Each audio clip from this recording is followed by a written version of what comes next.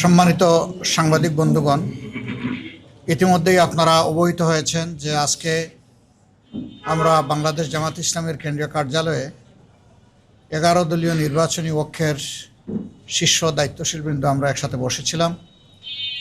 আমরা দেশের সর্বশেষ পরিস্থিতি নিয়ে বিস্তারিত আলাপ আলোচনা করেছি। আগামী 12 তারিখ ইনশাআল্লাহ ত্রয়োদশ জাতীয় নির্বাচন অনুষ্ঠিত হতে যাচ্ছে। একই দিনে দুটি ভোট, একটি গণভোট, দ্বিতীয়টি হচ্ছে সরকার গঠনের জন্য ভোট। গণভোটে ইতিমধ্যেই আপনারা জানেন যে আমাদের অবস্থান স্পষ্ট। আমরা জুলাই আকাঙ্ক্ষার আলোকে যে সংস্কার প্রস্তাব উপস্থাপিত হয়েছে, এটার বৈধতা দেওয়ার জন্য যে গণরায়ের দরকার, এর জন্য গণভোট অনুষ্ঠিত হচ্ছে আমাদের অবস্থানের পক্ষে। আমরা ইতিমধ্যে সারা দেশে সর্বত্র আমাদের প্রচারণার শুরু থেকে গণভোটে হা এই মোটিভেশন নিয়েই আমরা কাজ করে যাচ্ছি এবং আমরা আশাবাদী ইনশাল্লাহ বিপুল ব্যবধানে হা বিজয়ী হবে। হা যদি বিজয়ী হয় তাহলে বাংলাদেশ জিতে যাবে। হা যদি বিজয়ী হয় তাহলে ইনশাল্লাহ জুলাই আকাঙ্ক্ষা বাস্তবায়িত হওয়ার পথ খুলে যাবে। হা যদি বিজয়ী হয় তাহলে অতীতের নির্যাতন নিপীড়নের অবসান ঘটবে এবং তার যৌক্তিক ন্যায়সঙ্গত বিচার হবে। হা বিজয়ী হলে আবরার ফাহাদ থেকে শুরু করে আমাদের বিপ্লবী শরীফ উসমান হাদি পর্যন্ত সকলের বিচারটা তাদের পরিবার পাবে। এই যে 1400 শহীদ যারা জীবন দিয়ে এই জাতিকে জীবন এনে দিল, তাদের প্রতি আমরা গভীর শ্রদ্ধা নিবেদন করছি এবং সেই সাথে সকল জুলাই যোদ্ধাদের প্রতি। আমাদের অবস্থান মূল থেকেই স্পষ্ট ছিল। আমরা এই দলগুলো সবসময় সংস্কারের পক্ষে ছিলাম, আমরা পরিবর্তনের পক্ষে ছিলাম। জাতি অতীতের রাজনীতির ভুক্তভোগী এবং এই জাতির অনেক ক্ষতি হয়ে গেছে।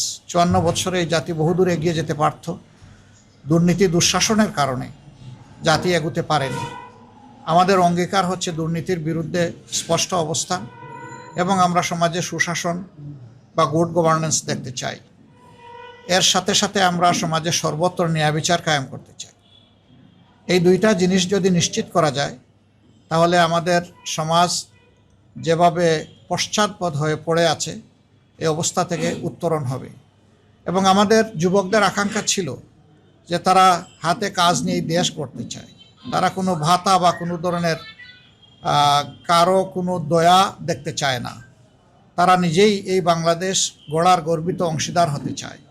এই ক্ষেত্রেও আমাদের অবস্থান স্পষ্ট যে তাদের হাতে কোনো ভাতা নয়, বরঞ্চ আমরা তাদের উপযুক্ততা অনুযায়ী কাজ তুলে দিয়ে বলতে চাই যে এবার তোমরাই বাংলাদেশটা গড়ো।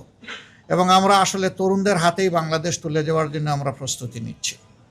তো এই নির্বাচন, পরপর 4টি নির্বাচনে মানুষ তাদের আকাঙ্ক্ষা অনুযায়ী ভোট দিতে পারেনি এবং সেই ক্ষেত্রে 2008-এর নির্বাচন থেকে শুরু করে গণরায়ের কোনো প্রতিফলন হয়নি। এবারকার নির্বাচনে আমরা স্পষ্টতই দেখতে পাচ্ছি যে মানুষের মধ্যে এই নির্বাচন নিয়ে ব্যাপক উৎসাহ উদ্দীপনা তৈরি হয়েছে। যাদের ভোট গ্রামে আছে তারা দলে দলে অনেকটা ঈদের উচ্ছ্বাস এবং আনন্দের মতো তারা যাচ্ছে, নিজেদের নাড়ির টানে গ্রামেই ফিরে যাচ্ছে। সেখানে তারা ভোট দিতে চায় এবং তারা তাদের মনের মতো সরকারও দেখতে চায়। আমরা আশা করছি গণরায় প্রতিফলিত হলে বাংলাদেশ ইনশাআল্লাহ নতুন রাজনীতির দিকে আগাবে এবং নতুন যে বাংলাদেশের আকাঙ্ক্ষা জনগণ অন্তরে পোষণ করে তা ইনশাআল্লাহ বাস্তবায়িত হবে। তবে এক্ষেত্রে আমরা জনগণকে বলবো যে বিভিন্ন ধরনের কথা শোনা যাচ্ছে। জনগণের সচেতনতা এবং ক্ষেত্রবিশেষে অন্যায়ের বিরুদ্ধে প্রতিরোধই কেবল সকল অপতৎপরতার উপযুক্ত জবাব হতে পারে। আমরা বিশ্বাস করি আমাদের যুব সমাজ ঘুমিয়ে পড়েনি। তাদের অসমাপ্ত দায়িত্ব পালন করার জন্য তারা এই নির্বাচনকে সফল করে তুলবে ইনশাআল্লাহ, যে কোনো মূল্যের বিনিময়ে। এবং কেউ অন্য কিছু করতে চাইলে আমরা অনুরোধ করব জনগণ যেন নিজেদের অধিকারের পক্ষে মজবুত হয়ে দাঁড়িয়ে যায় এবং স্পষ্ট জবাব দিয়ে দেয়। আমরা আশা করছি জনতারই বিজয় হবে শেষ পর্যন্ত ইনশাআল্লাহ। পিছন পথে কেউ এসে কিছু করে সফল হতে পারবেন এটা আমরা মনে করি না। মাত্র 30% টাকায় জমির মালিক হয়ে নতুন বাংলাদেশের গড়ে তোলার স্বপ্ন দেখা বাংলা বসতি। নির্বাচন প্রক্রিয়ার সাথে যারা সম্পৃক্ত আছেন, নির্বাচন কমিশন, তারপরে নির্বাচন পরিচালনার দায়িত্বে যারা নিয়োজিত এবং যারা নিরাপত্তার দায়িত্বে নিয়োজিত, শৃঙ্খলার দায়িত্বে নিয়োজিত, তাদের সকলের প্রতি আমাদের অনুরোধ, আপনারা প্রজাতন্ত্রের কর্মচারী হিসাবে এ দেশ আপনাদেরও, আপনারা ন্যায়নিষ্ঠভাবে, আপনারা নিরপেক্ষভাবে, সুষ্ঠুভাবে আপনাদের দায়িত্ব পালন করবেন। তাহলে জনগণের ভালোবাসা পাবেন, সমর্থন পাবেন এবং জনগণ আপনাদের এই কাজের প্রতি সন্তুষ্ট হয়ে অবশ্যই আপনাদের মূল্যায়ন করবে।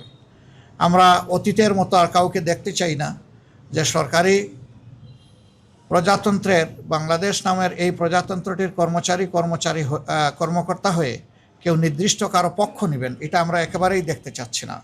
আমরা কারো আনুকূল্যও চাই না, আবার আমরা অন্য কাউকে আনুকূল্য দেখানো হোক সেটাও আমরা দেখতে চাই না। আমরা চাই সবাই নিরপেক্ষতার সাথে যার যার জায়গা থেকে এই দায়িত্ব পালন করবেন। এই নির্বাচনের দিনেও বহু ধরনের রিউমার ছড়ানো হতে পারে। আমরা জনগণকে আহ্বান জানাবো, 11 দলের পক্ষ থেকে কোনো সুস্পষ্ট বক্তব্য না যাওয়া পর্যন্ত এই ধরনের কোনো বিভ্রান্তিমূলক কথায় মোটেই কান দেবেন না। যারা পরাজয়ের ভয়ে ভীত সন্ত্রস্ত, যে কোনো পক্ষ যে কোনো কাজ এই ধরনের করতে পারে, মিথ্যা অপবাদ ছড়াতে পারে ভয়ভীতি সৃষ্টির জন্য, আতঙ্ক সৃষ্টির জন্য। কিন্তু না, সব কিছুকে জয় করেই ইনশাআল্লাহ আপনারা সেদিন আপনাদের ভোটাধিকার প্রয়োগ করবেন এবং ভোটের রেজাল্ট হাতে না নিয়ে আপনারা কেউ ফিরবেন না। কারণ আপনি ভোট দেওয়ার পরেও আপনার ভোট নয়ছয় হয়ে যেতে পারে, আবার ভোট দেওয়ার আগেও বিভিন্ন ধরনের সমস্যা কেউ কৃত্রিম সংকট সৃষ্টি করতে পারে।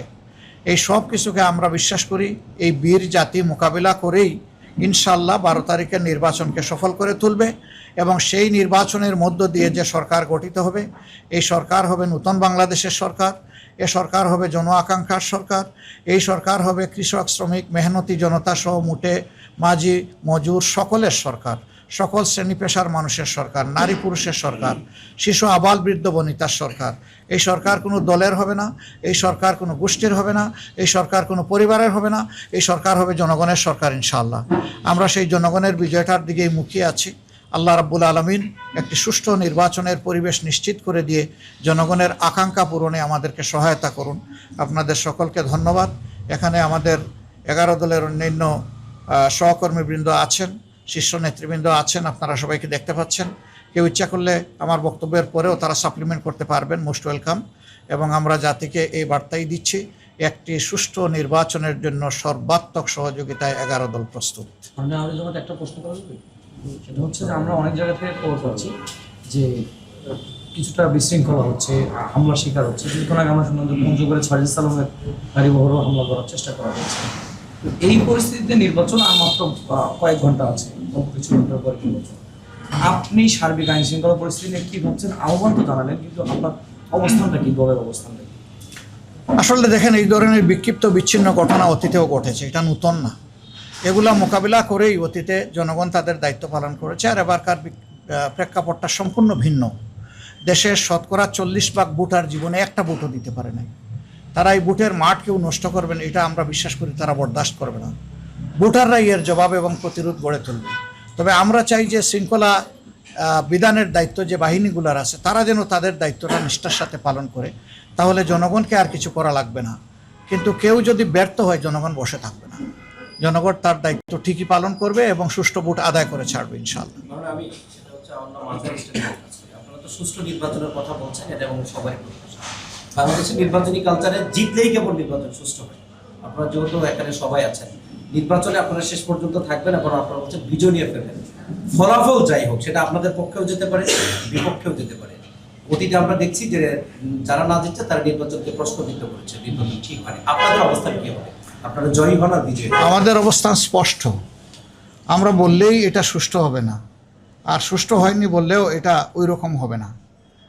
যখন জনগণ বলবে যে না এটা সুষ্ঠু হয়েছে, আমরা এটা শ্রদ্ধার সাথে মেনে নেব।